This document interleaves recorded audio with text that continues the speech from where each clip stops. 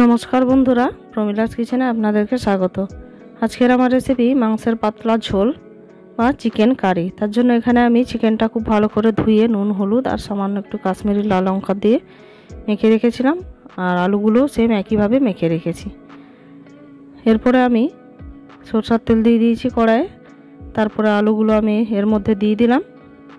এটা আমি নুন হলুদ আর কাশ্মীরি লাল লঙ্কা মাখিয়ে রেখেছিলাম কিছুক্ষণ, তারপরে আমি এটাকে ভেজে নেব।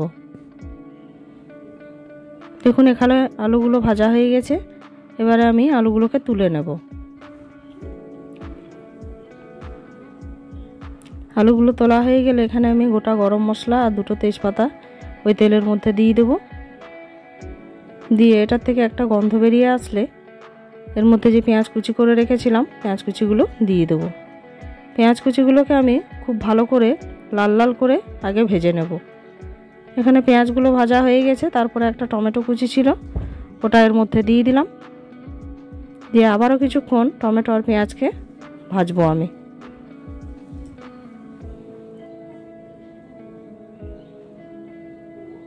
টমেটোটা আমি পেঁয়াজের সঙ্গে খুব ভালো করে ভেজে নিচ্ছি। ভাজতে ভাজতে টমেটোগুলো যখন একটু গলে আসবে,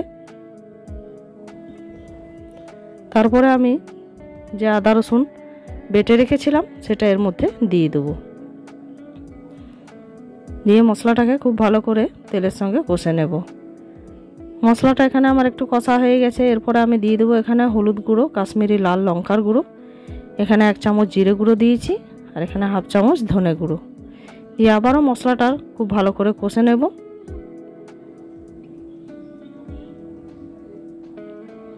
এখানে মশলাটা খুব ভালো করে কষা হয়ে গেলে তারপরে আমি যে চিকেনটা ম্যারিনেট করে রেখেছিলাম সেটা এর মধ্যে দিয়ে দেবো। দিয়ে চিকেনটাকেও কিছুক্ষণ এটার সঙ্গে কষে নেব। একটু কষা হয়ে গেলেই যে আলুগুলো আমি ভেজে তুলে রেখেছিলাম সেগুলো দিয়ে আবারও মাংসটাকে খুব ভালো করে কষে নেব। মাংস আর আলু আমি একটু টাইম ধরে ভালো করে কষে নেব। এখানে সামান্য জল দিয়ে দিলাম একটু। জলটা দেওয়ার পরে আবারও খুব ভালো করে মাংসটাকে কষে নেব।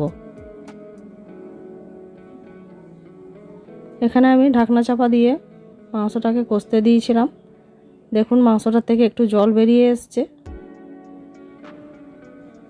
এটাকে খুব ভালো করে নাড়াচাড়া করে মাংসটাকে আর একটু কষে নেব।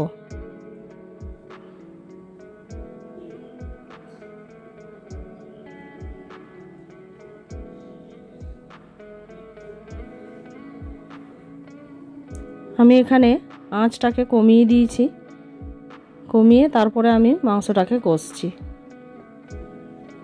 আঁচটা জোরে করে দিলে নিচে লেগে যাওয়ার ভয় থাকে। দেখুন এখানে মাংসটা আমার কষা হয়ে গেছে। এবারে আমি পরিমাণ মতো জল দিয়ে এটা ফুটতে দিয়ে দেবো।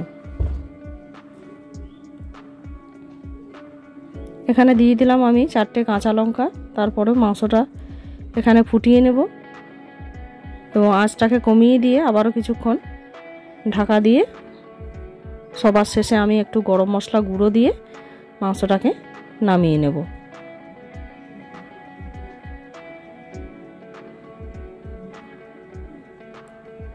তো আমার এই চিকেন কারির রেসিপি বা মাংসের পাতলা ঝোলের রেসিপি যদি আপনাদের ভালো লাগে অবশ্যই একটা লাইক করবেন, কমেন্ট করবেন এবং সাবস্ক্রাইব করে আমার পাশে থাকবেন।